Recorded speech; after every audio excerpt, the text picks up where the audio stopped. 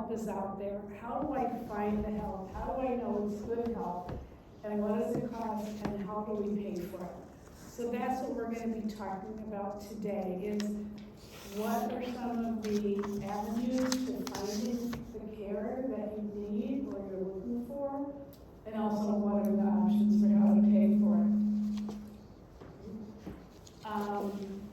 So I first, we're here at the Shorewood Resource Center, the Senior Resource Center. We've got Elizabeth there, who's just so key to making things work for seniors in Shorewood.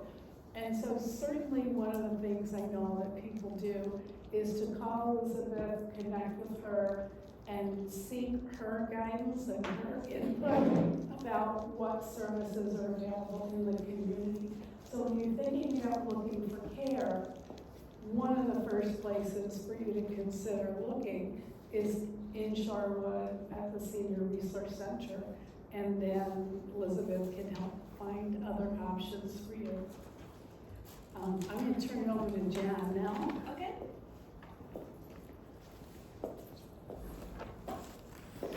Hi again, I'm Jennifer from the Alzheimer's Association.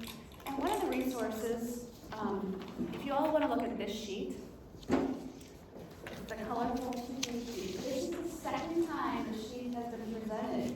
It's brand new, hot off the presses. This is done with a dementia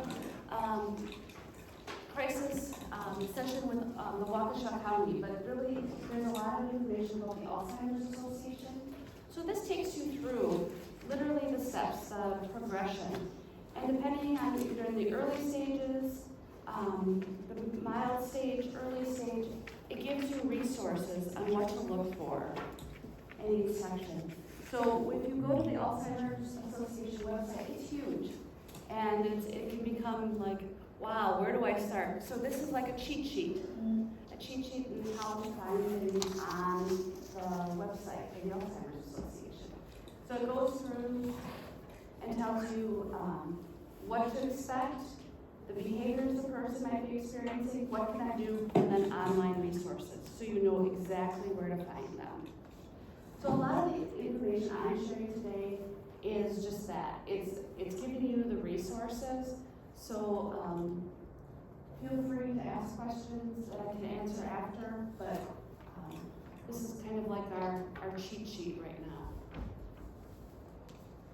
Another resource is the Milwaukee County Aging and Disability Resource Center, and that's Christina, and she will be talking later, so I'm going to pass on this. The next thing on the list is the resource directories. So I don't know if everybody grabbed one of these. These are wonderful resources. These are the newest ones, hot off the press. So please grab some on your way out. One addresses just this, senior housing. It addresses different housing places. It explains all the different housing options, which Miriam will be going through later. And one is the healthcare guide. And that covers adult days, care coordination, home health, hospice. So please take these. They're free and they have a wealth of information in them. You can also follow them online if you do not like the books. I am still a paper person and I still like flipping through things. So I bought some extra books for everybody. No.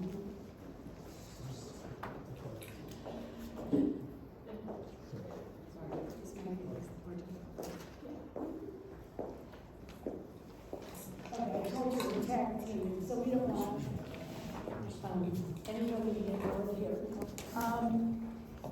So there's lots of online information that you can find. There's information in the directories. But sometimes people will say, okay, but how do I find what's right for me in my situation and my family? So that is one of the things that a care manager does. And there's, some of us in this room who are care managers that have spent years helping families find the solutions that work for them. There's a number of care management agencies in the Milwaukee area. There's the National Association of the Aging Life Care Association that has a wonderful website that explains what a care manager is, how to find a care manager, how to find one in your area. And as a care manager, one of the ways that I describe that service is to be a tour guide in the foreign land of aging services. And I'll tell you really how I came up with that. It's a true story. I had some friends who were really accomplished worldwide travelers. They would go on all these wonderful trips, and they were great at planning them themselves. But they were going to the Far East, and they happened to find a tour guide, a travel agent who specialized in Korea. So they talked to that person, and they said, oh, don't bother to go over here, that's just a tourist trap, but you gotta go to this place. This is a real treasure that not a lot of people know about. And so by using somebody knowledgeable and experienced, they were able to plan their trip more easily and have a better trip that was more tailored to what they were looking for. So when I heard this story from my friends, I realized as a care manager, that's what we do, because most of the families we work with are dealing with these situations for the first time and really don't know how to start the journey and how to find what you're looking for. So that's the kind of personalized guidance that is available through care managers. The other thing that is so important in anticipating meeting the needs of you and your family down the road is to have a good elder law attorney that you're working with. Because elder law, guardianships, powers of attorney, estate planning, all of that is a very specialized field. And it's important, you know, how many of you were here last month when Carol Russell spoke? Okay, so Carol is one of our very favorite elder law attorneys in our community. There are others. But it's critical that you have the guidance of an expert in elder law, because I will tell you from experience in working with families, having a plan done by an attorney who doesn't really know what they're doing is worse than not having a plan. And I've worked in many situations that were unnecessarily complicated and expensive because somebody gave the family bad advice that wasn't consistent with the way the laws work now. So to find an elder law attorney, you can look at the website for the National Academy of Elder Law Attorneys, NALA.org. And again, you can learn about what they do, and there's a feature on the website to find an attorney in your area.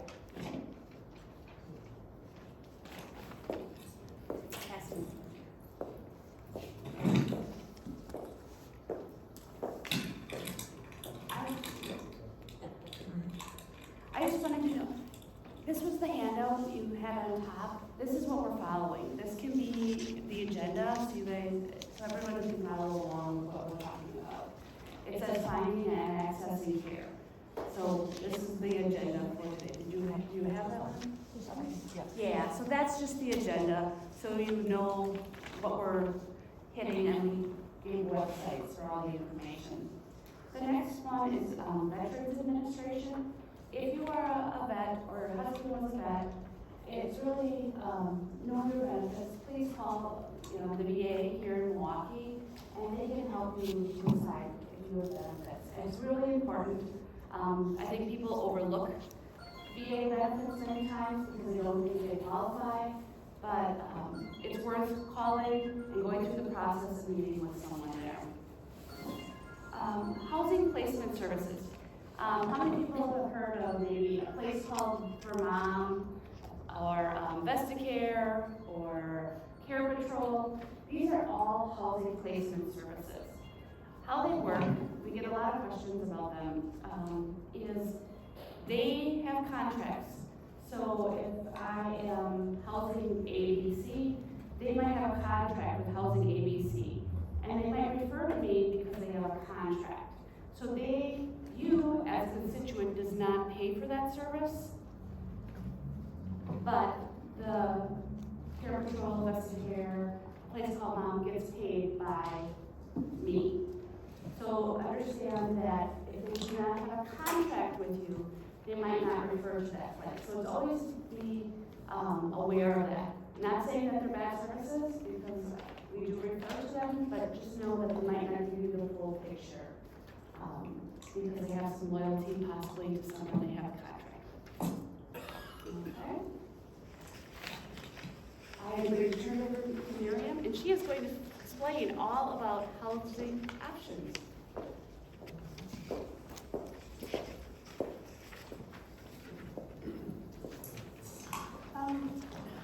So how many of you grew up with the adage that there's no such thing as a free lunch? Okay, so that's one of the things really that I want to go back and clarify about the services that we're talking about, which is every service that's provided has a way of being paid for. You know, the Shorewood Senior Resource Center gets donations and taxpayer funds. The Alzheimer's Association has fundraising and conferences and things like that. Care managers and elder law attorneys charge an hourly fee for the work that they do to help you. And the housing placement services get paid by getting a commission from the housing facilities that their clients move into. So there's always, somebody has to, in one way or another, pay for all the services that we're getting as we go through this journey. So what I'm going to talk about now is the question I get all the time, which is, okay, but how much does that cost to have care in my home or to have my loved one live in a housing environment? So that's what I've got on page 2, and that's what we're going to talk about. First of all, when you're thinking about planning your financial future and how to afford the services that you need, it's important to know that whatever kind of care you begin with is just your starting point, and things will evolve and change over time. And as the services change, the fees change. And so it's important in your planning to be thinking about not just how do I afford care now, but how do I afford this down the road. So has anybody looked recently into getting a caregiver in their home to help with a loved one or a family member?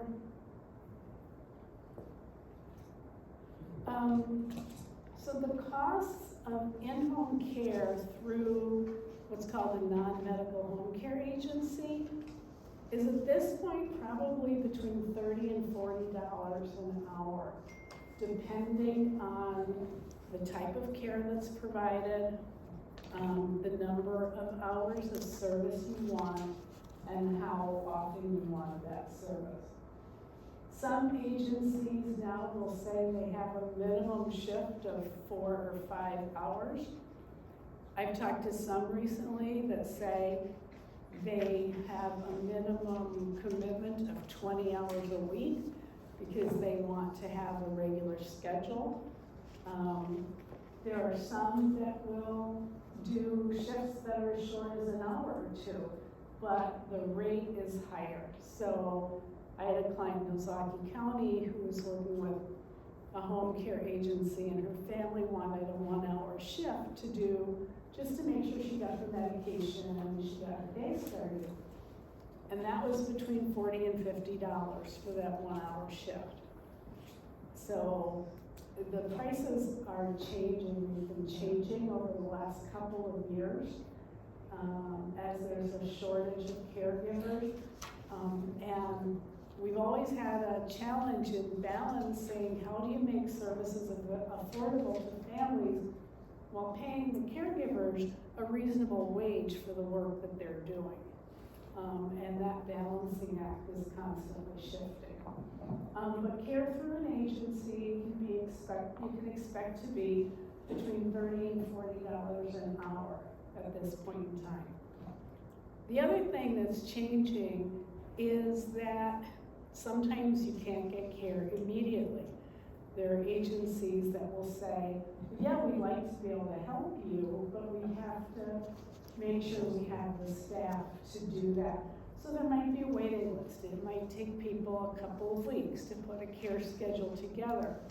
So for people who are interested in in-home care, it's important to really be thinking ahead and planning rather than assuming if I need something like this, I'm going to be able to get it easily.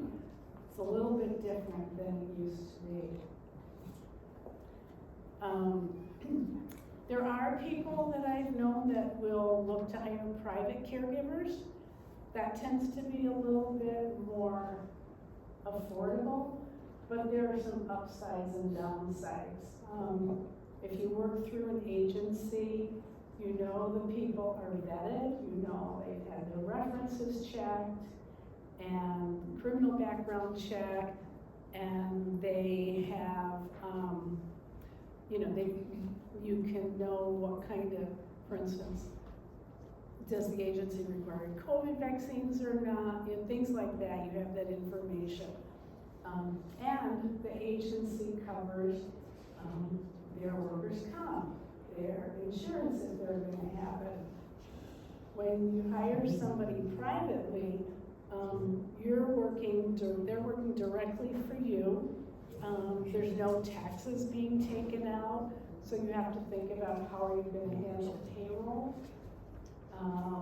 You have to think about what happens if somebody gets injured on the job, if they're lifting your loved one and they pull their back, what's going to happen?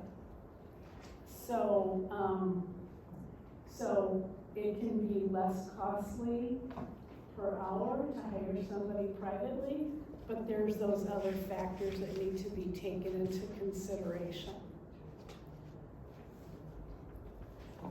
There's different kinds of living environments. I'm going to focus on a couple.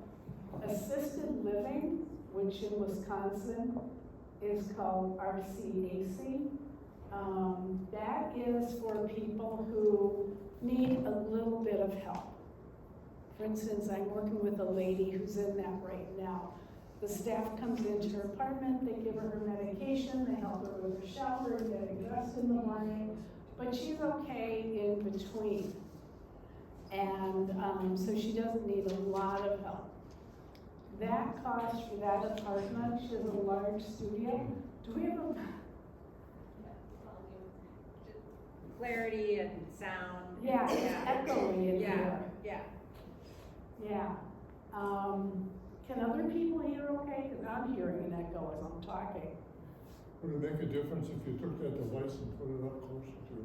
Does that make a difference? Yeah. Yes. Okay. Yeah. Thank you for letting me know. Yeah. Thank you. So assisted living is, again, for people who need a little bit of help. Might be a little bit forgetful, but they don't necessarily need somebody around them all the time. So that cost right now is, depending on how much care they need and what the size of the apartment is, probably between about $5,000 and $8,000 a month. I'm working with a lady right now who's in that kind of setting, and as I said, she needs a lot of help, but she's also fine on her own for hours at a time without anybody checking her. And I think her fee is about $7,500 a month. So that's what the costs are now for that level of care. Then there's a level of care which is known as memory care, or in Wisconsin it's licensed as a CBRF. And that is for people who need a lot of help all throughout the day. My grandmother lived in a nursing home 35, 40 years ago. And a CBRF, or a memory care facility, is really equivalent care to what my grandmother received in a nursing home 35 or 40 years ago. Complete help with everything she needed. She couldn't walk, she had to be transferred. They had to come get her for everything. They helped her with all her bathing, her personal cares, and her medication. So that memory care right now is probably in the neighborhood of $8,000 to $10,000 to $12,000 a month. Again, depending on the level of care and the size of the living unit people are in. Typically, it's a large studio or a room. Most have their own bathrooms. Some don't have their own showers. Because the theory behind that is that people with dementia shouldn't be showering on their own. And so they have like a spa or tub room where the caregivers are able to give the residents a nice bath. But that's probably $8,000 to $10,000 to $12,000 a month. Nursing home is probably $12,000 to $14,000 a month. Again, depending on the level of care. And in nursing homes, they really primarily serve people with two different kinds of needs. One is people who really need a high level of care throughout the day. They might have some skilled nursing needs, they might have nursing treatments that they need, or they might need like 2 people at a time helping them. The nursing homes can provide a slightly higher level of staffing. So many people who go into memory care can stay there through the end of their lives, but there are some who require more skilled nursing care or a higher number of people helping them. The other type of people who often will need nursing home at least for a while is people who have been in the hospital for some kind of illness or accident or surgery or a stroke, and they need rehabilitation to help them gain strength, gain function, so that they can return home or return to a level of care that isn't as high as nursing home. So those are the people who often depend on nursing home care.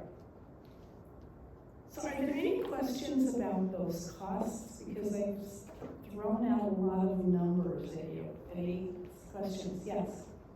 Well, how much, as I recall, Medicare will pay for 120 days a year. After that is your secondary insurance? So that's a really good question, Medicare. We're gonna come back to Medicare at the end, and I'm gonna go through the myths and realities of what Medicare does and doesn't pay for. Because there are a lot of people who expect that because they have Medicare, Medicare will pay for their care. And the answer is it does in some circumstances, and we'll talk more about that later on for the end of our presentation. Yes, sir? I have a question. There's some of these facilities that you start in independent living, then you go to assisted living, kind of a progression. Yes. Does the progression stop with memory care, or does it go to nursing home? That's a great question. There are facilities that have multiple levels of care. They're often called CCRCs, Continuing Care Retirement Communities. And you're right, some of them have independent living. A full continuum of care starts with independent living, has assisted living, has memory care, and has nursing home, all on the same campus or in the same building. And there's several of those on the east side. There's Milwaukee Catholic Home, East Castle, St. John's, and Ovation, which is a Jewish home, and High Point. Those are the 4 on the east side that provide that full continuum of care. There are other environments that have a partial continuum of care, where they may or may not have independent living.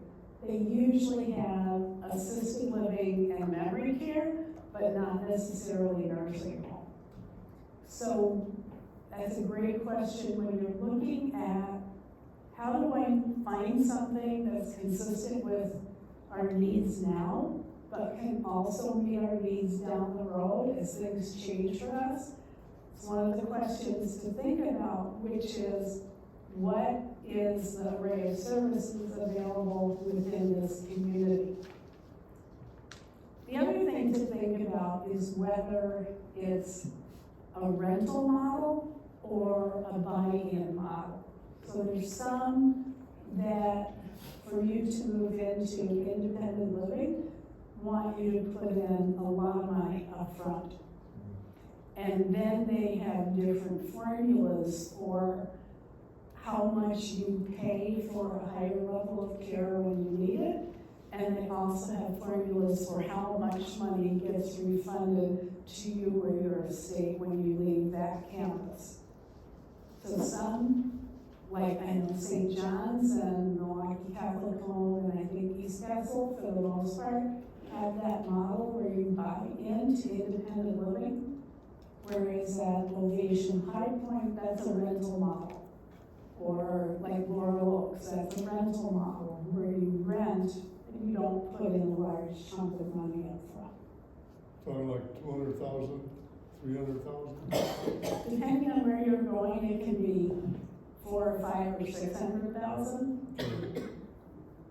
But there's tremendous variety, and that's why seeking the guidance of knowledgeable helpers who know your circumstances, know what you're looking for, and know what these settings provide can be really helpful. If a person gets into this program, puts the $200,000, $300,000 down, who's in the facility, and then they die, does the family get the deposit back again, or is it? Again, there's Part of different it. models. Every facility has a different plan. Okay. So, for example, I was looking into one of those for, just doing some research for somebody I know about probably 10 years ago.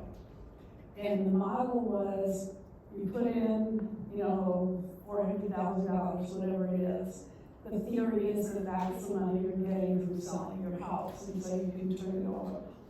Then they had two options at that time. One was, if you're eligible for life care, which means the rate you pay stays relatively flat no matter how much care you need. And then less money gets refunded to your estate. Or if you use the different plan where you paid market rate for a higher level of care when you needed it. So let's say if you needed to go into memory care or nursing home, you would pay the market rate for that service, but then your family would get back like 90% of what you put in up front. So there's tremendous variety, and when you're looking at them, you're not comparing apples and apples. So it becomes very complicated to make the financial part of that calculation. I have another question. Sure. If a person gets to the point where they're in this program, if they get to the point where their finances are gone, they've outlived what their ability to pay was when they began, does Title 19 kick in at this point? So we're going to Can they be, actually take the person out of that care, or are they obligated to keep them in the program? you are asking really good questions today. So, when people move into, let's say, assisted living, or more likely memory care or nursing home, there are a couple of parts of the evaluation that takes place. One is a health and functional evaluation, which is, does the care you need match the level of care that we provide? Are we a good fit for each other? The second part of it is they have you fill out a financial disclosure form. And many environments are looking for people to move in who can afford to pay for their own care for 2 or 3 or 4 years. And when you do that financial disclosure, you're really, again, making an agreement with the facility that I'm going to use my money to pay for my care here.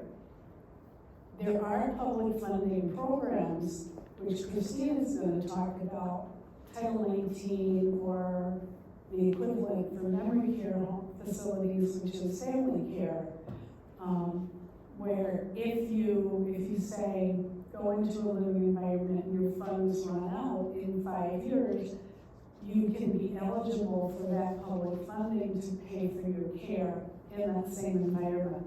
But again, every facility has their own rules about what they're looking for and how that works. In some, you can stay in your same apartment. In others, they want you to move to a smaller apartment if they're gonna take public funding, which pays lower than the market rate. And if they don't have a public funding? If they don't take public funding, that's really an important question that you would want to talk to them about before you move in. Most facilities, when somebody has been there for a long time, will take public funding, but that's always a discussion that should take place up front when you're thinking about choosing an environment. According to statistics, how long a person can stay in the city living? So the question is, how long can somebody stay in assisted living? On average, I just want to know, how financial, how much they can afford it to pay for their own care at the city living.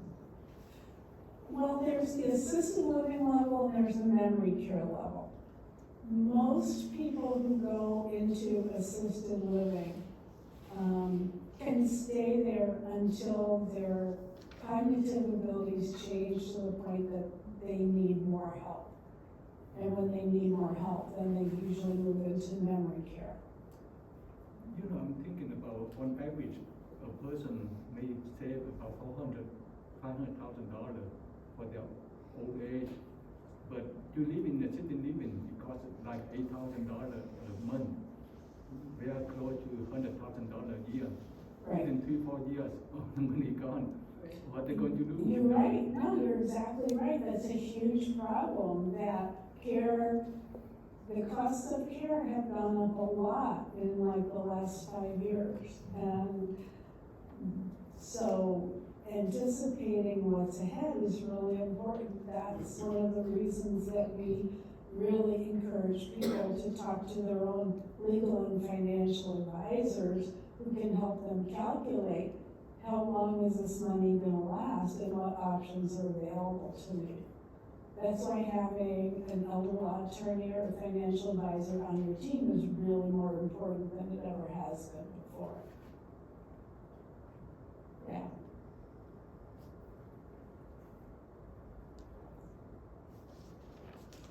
Any other questions? Okay, Jen is gonna move on to talk to you about different ways of paying for care. I'm just gonna hear, because I have so much paperwork here. Okay. So the next thing on this topic is paying for care. So of course, as Miriam was talking about everything, you heard how high the costs are going. And the first topic, of course, is private pay. And people do look, they look for other ways to pay. At $14,000 a month or putting down a high endowment, money goes quickly. So I'm going to talk to you first about long-term care insurance, and then I'm going to talk to you about some trusts. I am not an attorney, I'm not a financial planner, so I am giving you basic advice. I should say, I'm not giving you basic advice, I'm giving you basic information. So I have a flyer on long-term care insurance to be your reference guide going forward. So why plan for long-term care? 70% of Americans who reach the age of 65 will need some sort of long-term care. The costs, as Miriam said, are highly variable depending on what you require, how long your needs are, and how tense they are. Long-term care insurance policies work much like your auto and home insurance. You pay premiums for as long as the policy is in effect, and then you decide on how much coverage you want. What's different though is you only buy long-term care insurance once. So it's very important to know what the policy contains and if it makes sense to buy one at all. You have to consider your overall financial conditions, your ultimate financial goals. What do you want? What options do you want in your insurance policy? Age and health. So many times, these long-term care policies, depending on your age, do not make sense to purchase. So these are all things you have to consider with your attorney and your financial planner. Know your policy before you buy it. What does it cover? Does it cover just nursing home care? I'm sure you've all heard this, the people who bought long-term care and never were able to use it because they never went into a nursing home. Those are older policies. The newer policies contain community options. So make sure that it covers someone coming into your home, adult day services, those type of community-based services. What is your elimination period? Many times when people are finally able to use their services, there's 90 days. Not 90 calendar days, 90 days of service. So you would have to use 90 days of adult day services or 90 days of a home health service before it will even kick in. And what is your eligibility criteria? You would think, well, mom needs more care, I need to hire somebody, she should be eligible for long-term care. But many times they're looking, does mom need help bathing? Does she need help dressing? And you're like, oh no, she's fine. And this is where it's very important to be there when the assessments occur, because you need to be able to explain, no, she cannot do it by herself. This is where it's really important. Many times people don't want to admit they need help, but when you're going for long-term care, you do want to let your assessors know exactly what is needed. Any questions on that? Now this is an area that you hear more and more about, trust. You hear about putting your money away in trust. So I'm going to explain what a trust is to the best of my ability. A trust is, you give a truster gives another party, the trustee, the right to hold title to property or assets to the benefit of the third party beneficiary. We often hear of revocable and irrevocable trust funds. And basically it comes down to this. I'm on page 4 of 12, if you guys just want to see where I'm talking about. So revocable trusts mean the plan for the mental disability to avoid probate or assets that the trust maker funds into trust. The trust creator can name someone to take over management of the trust should he or she become incapacitated. The trust maker reserves the right to dissolve or change the trust at any time. That's the big difference. Between a revocable, you move the assets out of, so let's say Jen Nowak Trust is no longer in my name. The trust maker then can no longer make decisions. And I spoke to somebody, it's very hard to ever get a revocable trust revoked. So just to know that there's benefits to having a revocable trust. This is where you definitely need to talk to an attorney or a financial planner. Because once they're made irrevocable trusts, they're very difficult. Many times people use them to apply for potentially long-term care policies, different funding options. So just know your financial situation. In Wisconsin, we're very fortunate to have the WISPAC, Special Needs Trust Program.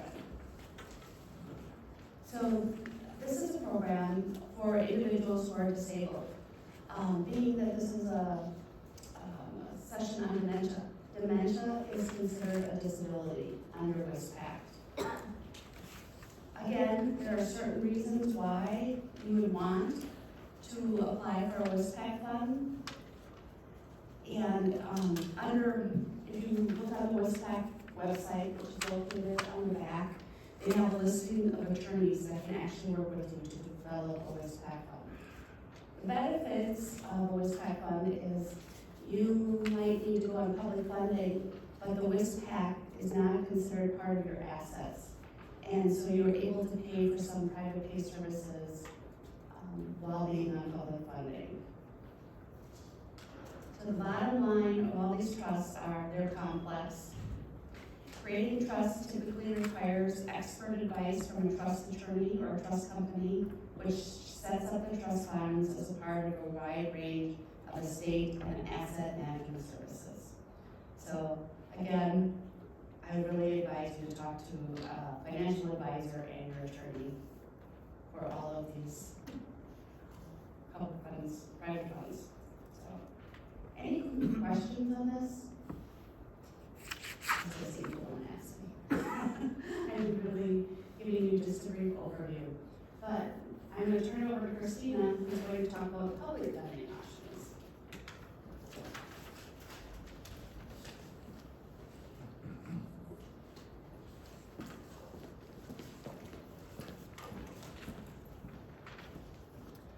All right, so like Jen and Miriam said, my name is Christina Withron. I am a bilingual dementia care specialist, and I work for the Milwaukee County Aging and Disability Resource Center. Many of you might have known us as the Department on Aging. Give me a second. This is fantastic. There's 40 seconds, and I swear I'll have it all figured out. Technical difficulties always.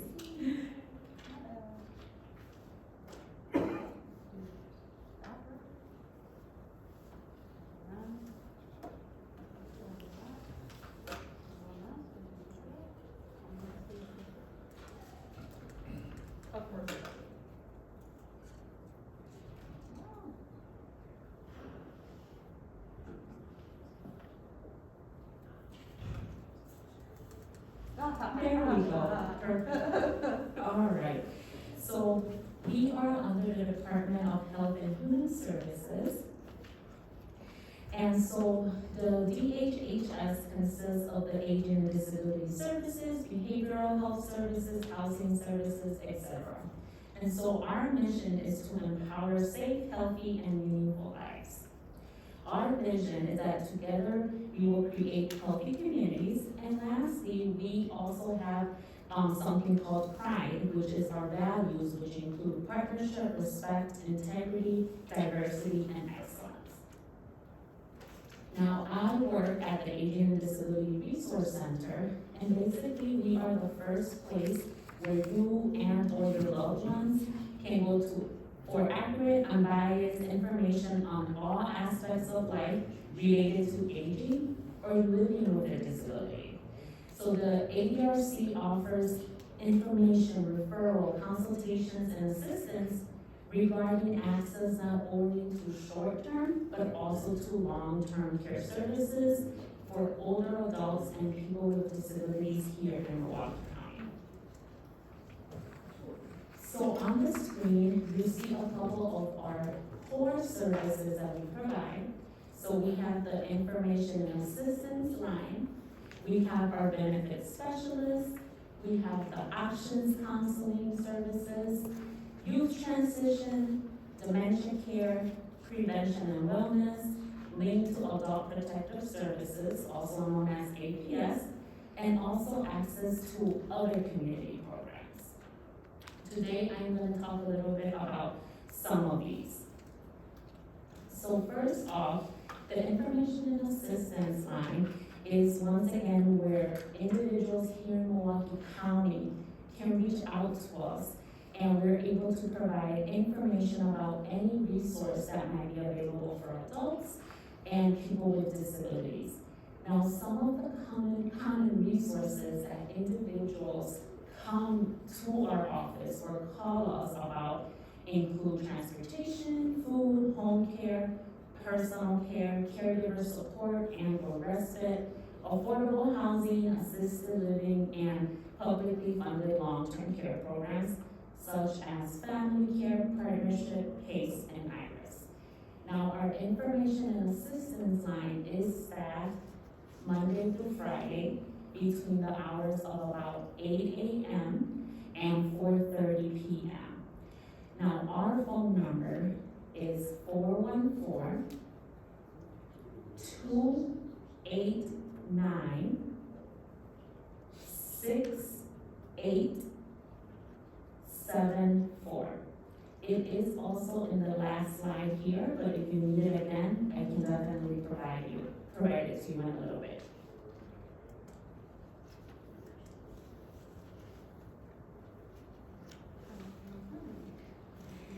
Another department that we have is the dementia care, which is where I work. And so under the dementia care, there are 2 dementia care specialists, myself and my coworker. And basically what we do is that we provide help to individuals with dementia and their family and or any other caregivers involved. So we also work to create a dementia-friendly community with resources and support systems for those living with dementia and their caregivers. On the screen, you will see some of the supports that we provide to individuals and also some of the supports that we provide to communities. There is also a dementia care specialist brochure in the back, so once you leave, if you want to grab one of those, you are more welcome to do so. Now, just to have a little bit of an overview of dementia care services, also known as DCS services and programs, one of the things we do is that we work with families one-on-one. That can be via phone call, doing home visits, virtually, or any of the above, to be able to provide family consultations. So being able to meet with families to talk about what resources are available out there, future planning, education, and anything related really to dementia care. Another thing that we do is that we provide community memory space. So if individuals have concerns in regards to their memory, or their loved one have concerns about their memory, or their loved one, that individual is more than welcome to have a memory screen provided by us. It literally takes 5-6 minutes. We can do those virtually or in individuals' homes or in the office, and we're located right on 12th and Lee.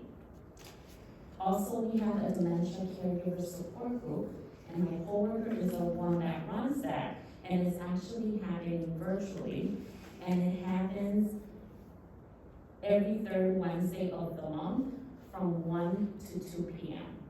So if you are interested in that, or know anyone that is interested, you can get a hold of us to our phone number and the brochure that's in the back, and we can get you registered for that.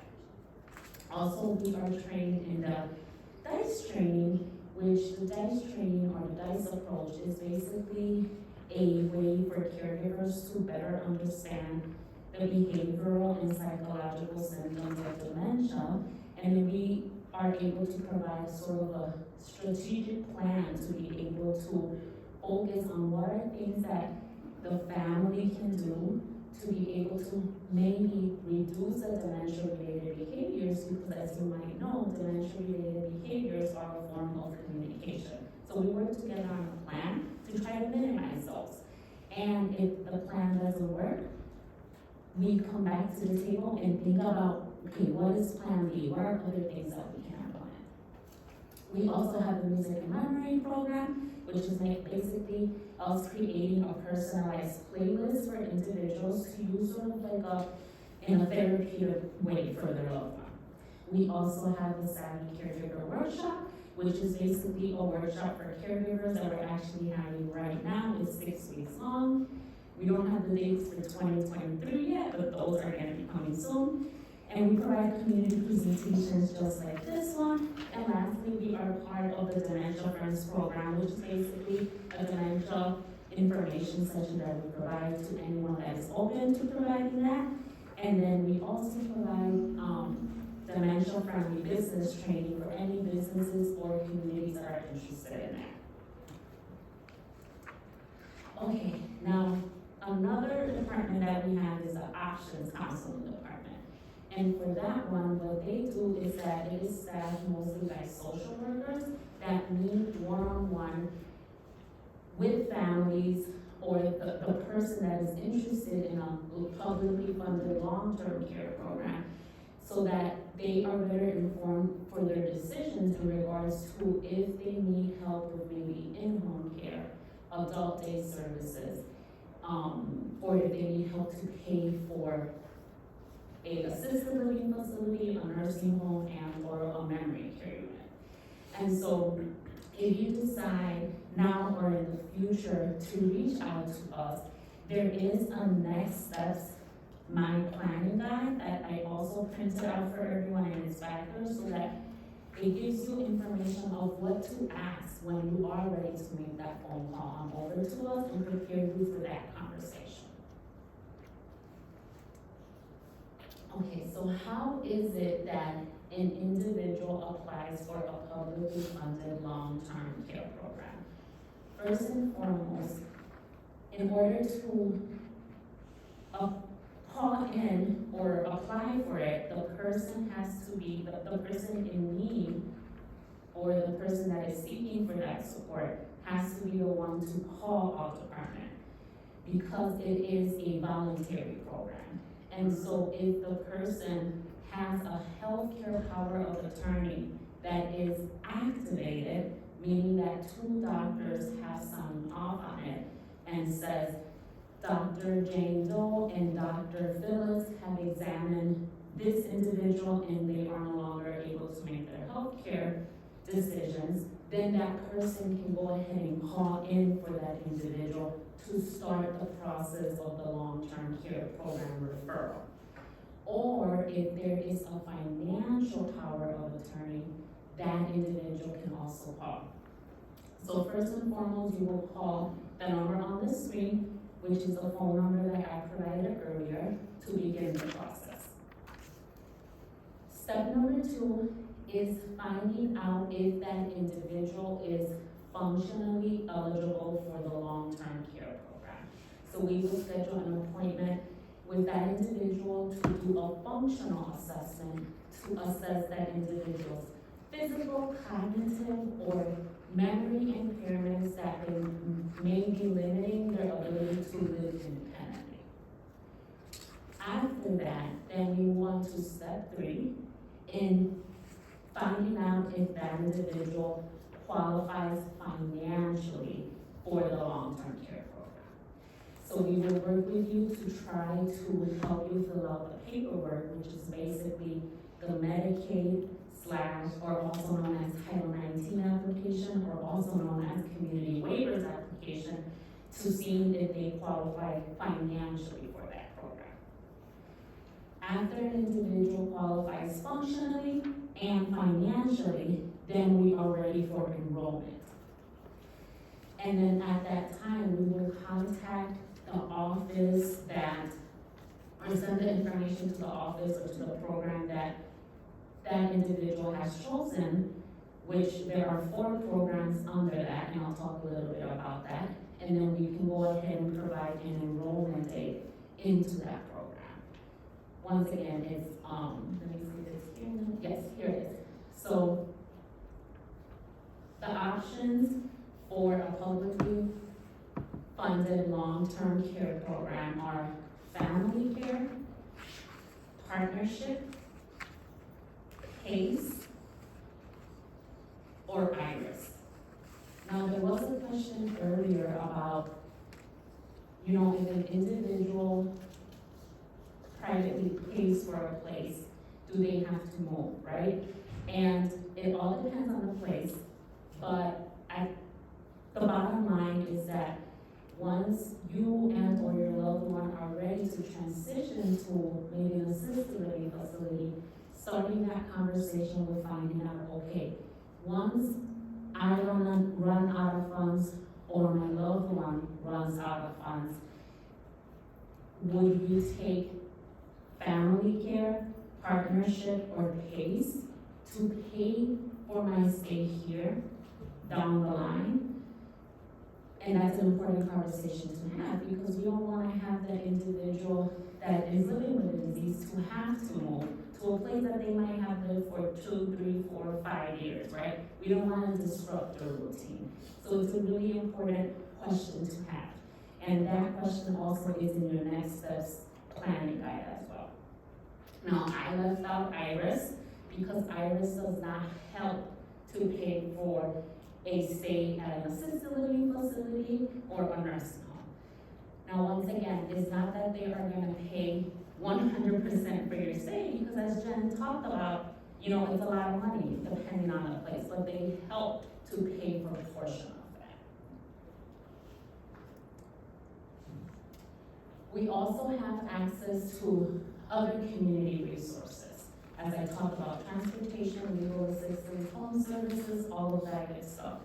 And so on the other side of the spectrum, as I like to describe it, there are individuals that are able to pay me for 2, 5 years or so, right? And so at that time, when you and or your loved one have made the decision that it's time maybe to transition, or you have helped them and supported them in that decision, there are also senior advisors, as Jen talked about earlier, in regards to helping you and meeting with you to try to find a place that fits your loved one's needs and can really have them live as independent as possible, either at an assisted living facility, or if you all decide that maybe in-home care might be another option, they can also support with that. And like Jen mentioned, some of those options might be OASIS, senior advisors, care patrol, or a place for mom, but there are many, many other options as well. Another thing that I think Miriam talked about earlier is working with an attorney, just to making sure that you are doing what you are supposed to, just in case, you know, you can pay privately for a certain amount of time, but then down the line, your loved one has to transition into maybe Medicaid. You wanna make sure that you're doing things appropriately that won't maybe flag anything, or that it's not appropriate under Medicaid's eyes per se. Because you don't wanna be put in a situation where they say, oh, you are just trying to hide money to be eligible for this long-term care program, or put you in any other difficult situation. So working with an attorney is really, really important to help you manage all of that. So we do have a contract with an agency called Senior Law, which what they do is sit down with you and have that conversation of, okay, this is the amount of money that you have, and this might get you through this certain amount of time, and you're looking to go into a long-term care program maybe in this certain amount of years. What are things that you can do to help protect your assets? Like Jen talked about, it can be a little bit about that list pack, right? Or there can be other things as well. They can also, so we also have a contract with them in regards to any questions that you might have around Medicare. So not just Medicaid, but also Medicare, and some of these options here. So Senior Law's brochure is on the back as well, just in case you're interested in grabbing that. And then lastly is the information that I provided earlier around our phone number and our website and our email address. So feel free to reach out to us in regards to any questions that you might have, or if you have any questions now, I can answer them. Sorry, as well.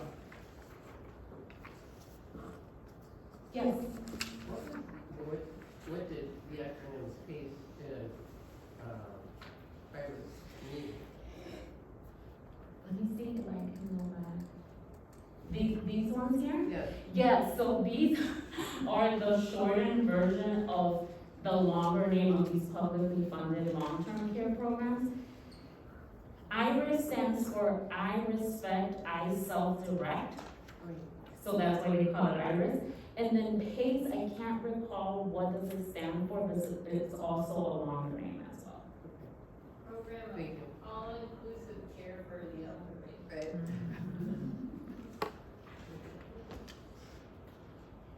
Yes.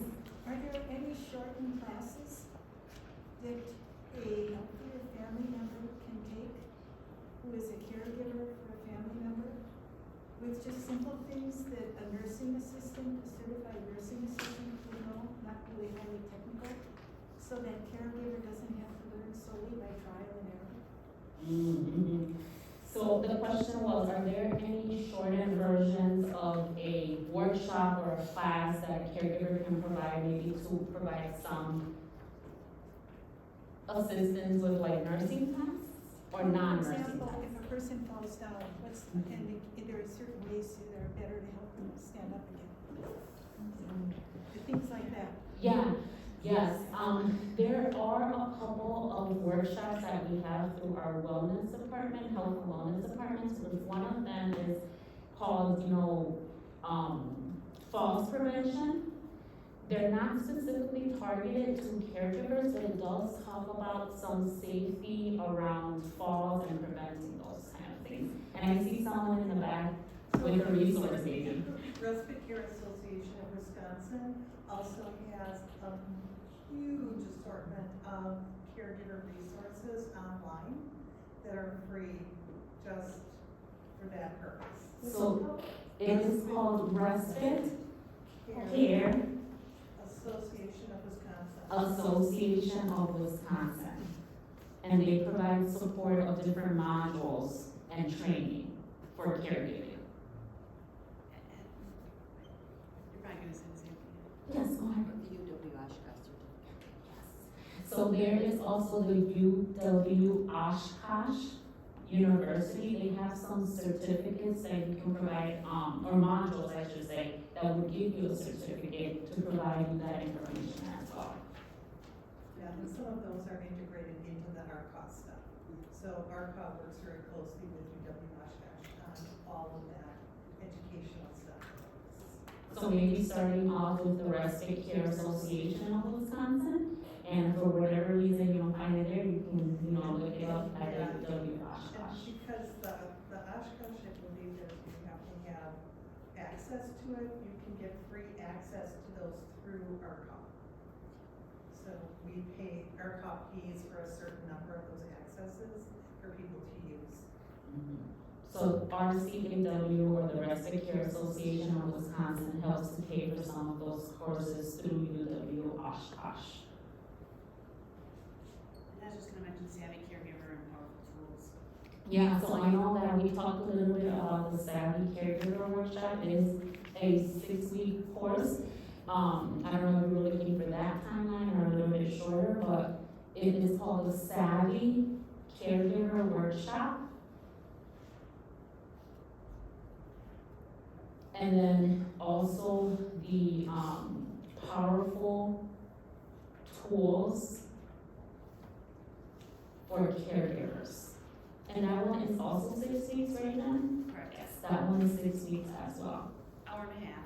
Hour and a half to 2 hours, depending on which of the workshops we provide. You And- want.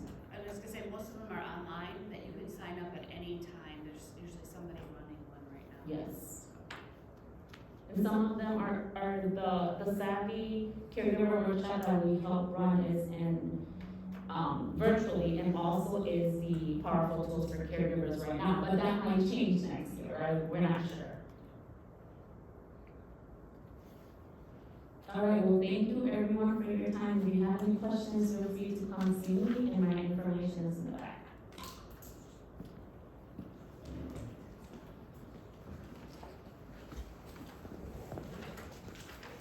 Now I'm gonna have you look at this purple sheet. We have lots of handouts here.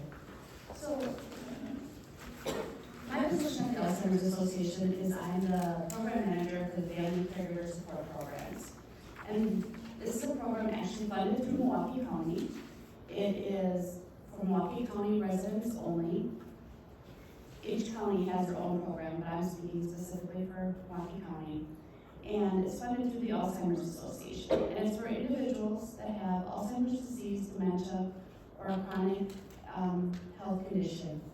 And the goal of the program is to keep individuals living at home. So I'm going to say AFCSP, which is the Alzheimer's Family Caregiver Support Program, and NFCSP, which is the National Family Caregiver Support Program.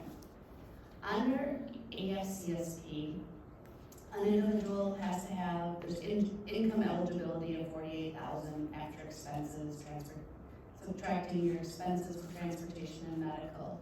Under the NFCSP, there is no financial eligibility.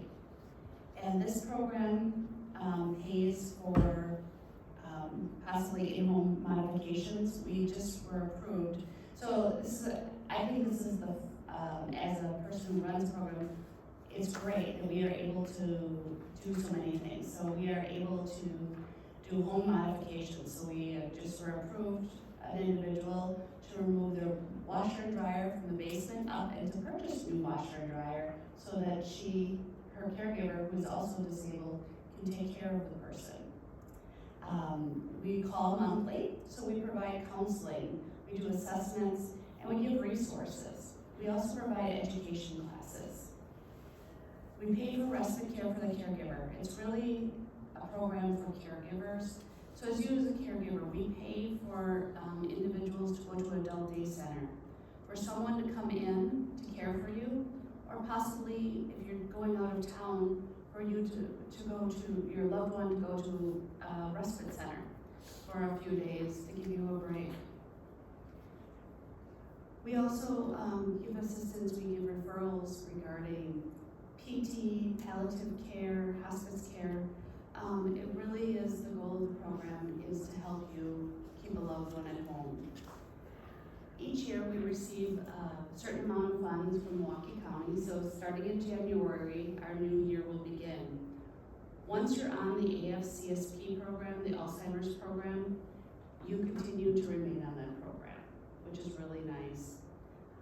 The NFCSP program, it's usually just for a year, but because of COVID, they no longer have the restriction of 112 hours.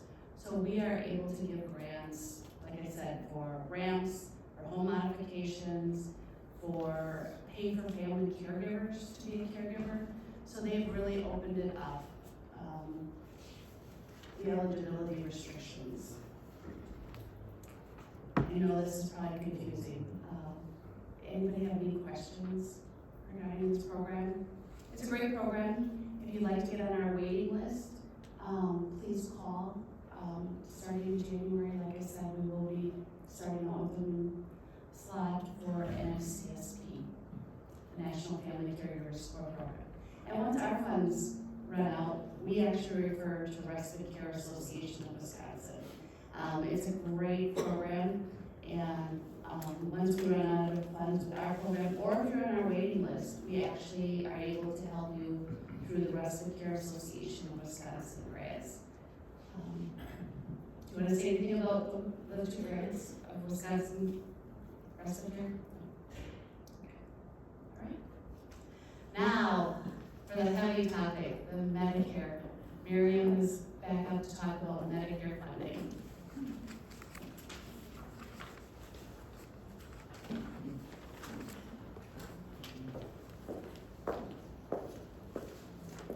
Thanks. I just want to go back and pick up on one conversation that we were having earlier, and that was what happens if your money runs out when you're paying for care. And a related topic, which is there are people out there who will advertise that we can help protect your assets from the state. And what they do is they work with you on a plan to divest or transfer assets to somebody else, to a family member, to some kind of trust, whatever it is. And there are good reasons to want to preserve your assets, and there are good reasons to not want to be responsible for paying those high costs of care. The caveat that I want to make sure you're all aware of is when you are private paying for a service, whether it's through your own funds or your personal long-term care insurance policy, you get to choose what service you're using, what service provider you're using, and where you or your loved one goes to live. When you don't have the resources to private pay for your care, and you're relying on public funding of any kind, I mean, it's a wonderful resource that we're at, and we're so lucky to have it. There are many states around the country that don't have all of these services, but you lose a certain amount of choice about what provider to use or what facility to live in, because in order to live in a care facility on public funding, the facility has to say, yes, we will take you on public funding. And so they have choice about who to admit to their facility. And you have to work within the options that are made available to you. So I just want to make sure you understand that we're very lucky to have these funding resources. We really are. But I want to caution people who want to take a really hard look at divesting assets. Make sure you understand that there's a price that comes with that, which is that you lose choice about what services you're using. I just wanted to make that point. So Medicare, there were questions about Medicare. How many of you think that Medicare pays for long-term care? Good. Because it doesn't. Medicare, there are 4 different parts or types of Medicare. There's Medicare A, which is known as hospital insurance. And that's the Medicare that pays for inpatient hospital stays, inpatient rehabilitation, and those kinds of things. And then there is a deductible and there is a copay. There are Medicare supplement policies which follow the same criteria as Medicare does for the type of service that's covered, and they pay for the deductible and the co-insurance. So that's a very good, and they do that not only for Medicare A, which is hospital, but also for Medicare B, which is outpatient or medical. Then there is Medicare C, which is the Medicare Advantage plans, which are HMOs, managed care plans. And they have costs that are different to you than the Medicare plans. There are many that advertise zero premium. There are many that advertise we will cover services that traditional Medicare doesn't. What they don't necessarily tell you right up front is you have maybe higher out-of-pocket expenses as you go along. So some years ago, my parents were looking at their Medicare and they wanted to not pay premiums. They wanted to enroll in Medicare Advantage plan. And I said, okay, that's fine. You can save money on the premium, but you're going to have co-pays for every appointment that you have, and I don't want to see you nickel and diming this care. You know, if you save $6,000 a year by not paying premium, you in essence have a pot of $6,000 a year that you can pay for medical expenses, and you'll still come out ahead. Well, that message really didn't stick with my dad, who then would say, oh, I'm not going to go see the podiatrist. He charges me $30 to do my toenails. I'm going to do them myself. So here's this 90-year-old man trying to do his own toenails to save $30. So there are definite pluses to the Medicare Advantage plans, but there are minuses as well. And then there are the Medicare D or prescription drug plans. Have you all seen this, the Medicare in You, the new book that just came out? So it's the kind of publication that often ends up in the to-read pile, along with the ads and the magazines that you don't really want to subscribe to anymore. But it really is a wealth of information. And if you're looking at choosing a policy for next year, I really encourage you to look at this. It provides a lot of information. Let me pull up some of the pages.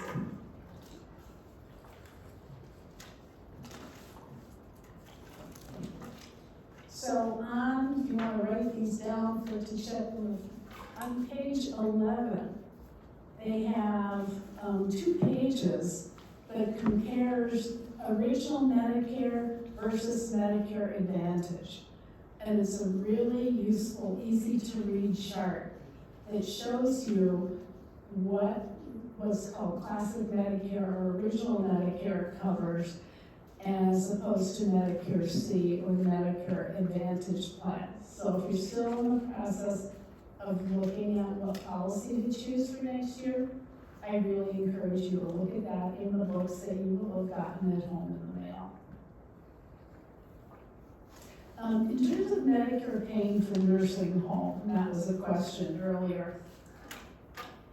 Medicare will pay for rehabilitation in a nursing home under certain very specific criteria. And that is that the treatment has to be focused on improving health, improving function, and decreasing dependence on others. And there are some very specific criteria that have to be met in the documentation of the care. The therapists have to be able to show that the patient or the resident is making progress towards their goals. And so they want to see progress, but not too much progress. Because if they're not making any progress at all, they'll say, oh, this person isn't benefiting and we're not going to cover therapy anymore. If they improve too much too fast and they meet their goals, then they'll say, well, we're not going to cover anymore because you've met your goals. So one of the things that I find is really important is when somebody is in a rehab center to keep lines of communication open and talk to the staff, talk to the therapist, go to the staffing. There are times when my client will have met the goals that the staff set for them, but then I'll say, oh, but he has 8 stairs to get into his house. What about stairs? Have you done that yet? And they'll say, okay, no, now we have to work on stairs, and so we'll cover for another 2 weeks, and then we'll go from there. So it's really important that the documentation is done in a way that's consistent with what Medicare is looking for in order for them to pay. There are some in-home services that Medicare will pay for, and again, it's focused on improving health or coping with a new diagnosis, new medication teaching, diabetic teaching for somebody who's a newly diagnosed diabetic.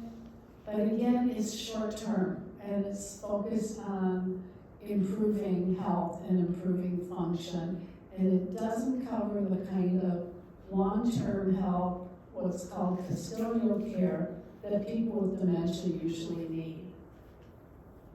Another Medicare benefit is the hospice benefit. And that's a really wonderful benefit that when you've reached that point in time where the focus on care is on keeping people comfortable, maintaining their quality of life, kind of managing an illness rather than curing an illness, that's where palliative care and hospice come in. And that is a Medicare benefit, and that can be provided to people either who are in their own home, who have family there caring for them, or for somebody who, for instance, is in a memory care facility and they need a little extra care to help them maintain their comfort, maintain their quality of life. So those are things to look at when you are trying to get the most out of your Medicare dollars. Any questions? Okay, any questions for any of our panel? Yes, Kathy. Before you hop off that, do you want to do a plug for Medicare D? Medicare D, yes. So Medicare D is a prescription drug policy.